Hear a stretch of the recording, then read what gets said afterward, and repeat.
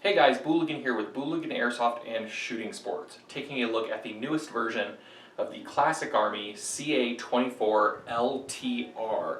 LTR stands for Light Tactical Rifle, and this is the latest version of their bolt-action sniper rifle series, based around the M24 profile, but with a couple of changes to make it more compatible for airsoft use, and just a little bit better for airsoft use.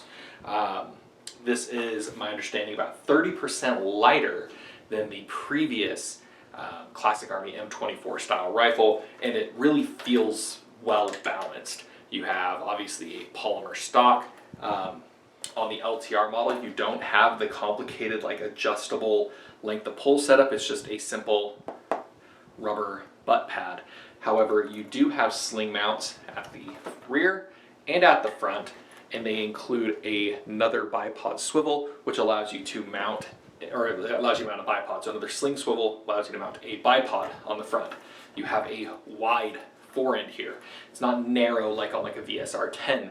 This is definitely designed around a precision style rifle, so it's just a very kind of chunky build. And if you look closely, it has, if I can get a good angle here, a very nice textured finish throughout the whole thing, so it's easy to grip. You can kind of take a look at that. Very easy to grip with gloves, or even in wet conditions. If you're trudging this thing through the brush or through the muck, you can very easily hold it.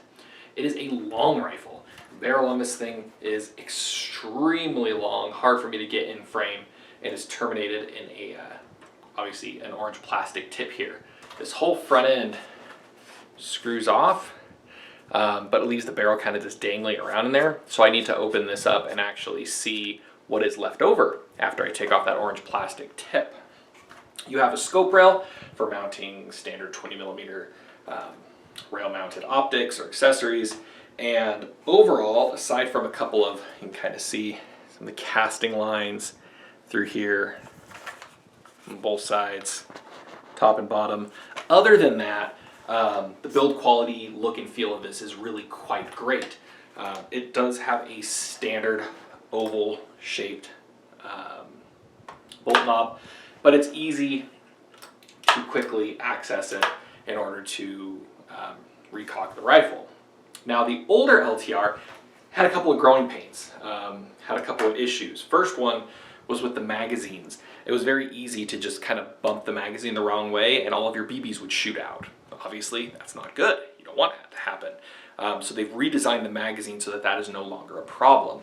The magazine fit into the rifle itself is solid. Very, very secure. You cannot use VSR-10 style magazines on this because the actual retaining lever for it is on the magazine itself. So you have to use these specific magazines. However, a lot of the changes that they did in this newest version was to sort of open up that compatibility with more VSR-10 compatible components. And they've actually drilled and tapped the receiver so that you can install VSR-10 style trigger assemblies. So you can put in a zero trigger, or if you have a VSR-10 style trigger of your choosing that you like, you can easily drop that thing in. Cylinders as well. You just have to change out the bolt handle and the rear of the cylinder, this little guy right here. Just have to change that out from the VSR-10 one to this one, and it'll go right in the gun. Classic Army put together a great video on how to swap that out, put in a VSR-10 cylinder and trigger kit if you'd like, and you can find that on their YouTube channel. One of the last kind of nice touches that I really like about this, the newest version, is the fluted outer barrel. That just looks awesome on this. Really kind of pulls the whole look together and makes this look like a much, frankly, higher quality replica than its price would indicate. These are still relatively inexpensive, coming in under around 150 bucks, which gives a great price for a, something other than just a standard VSR-10, but something that's fully upgradable like a VSR-10. Your hop-up, obviously, is all Tokyo Marui compatible, inner barrel, etc. All that stuff is very easy to swap out. So you can really use one of these as a platform to custom build a sniper rifle of your choosing. And that's kind of actually why I talked to Classic Army in the first place about getting one of these. Not to build a custom sniper rifle. That's boring. That's not really my thing. There's a lot of guys already doing stuff like that, and that's not really me. But last SHOT Show that I attended, I met with the guys at Classic Army and kind of looked over their LTR when they first announced it, and I said, do you know what I want to do? I really want to build something resembling a modern Delisle carbine.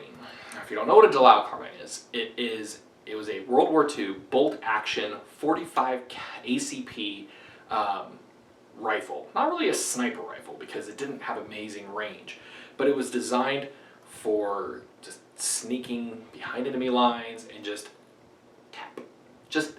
tapping a shot out with a 45 ACP round in almost perfect silence and taking out like a sentry or a dog or whatever else they would need to take out in that particular scenario.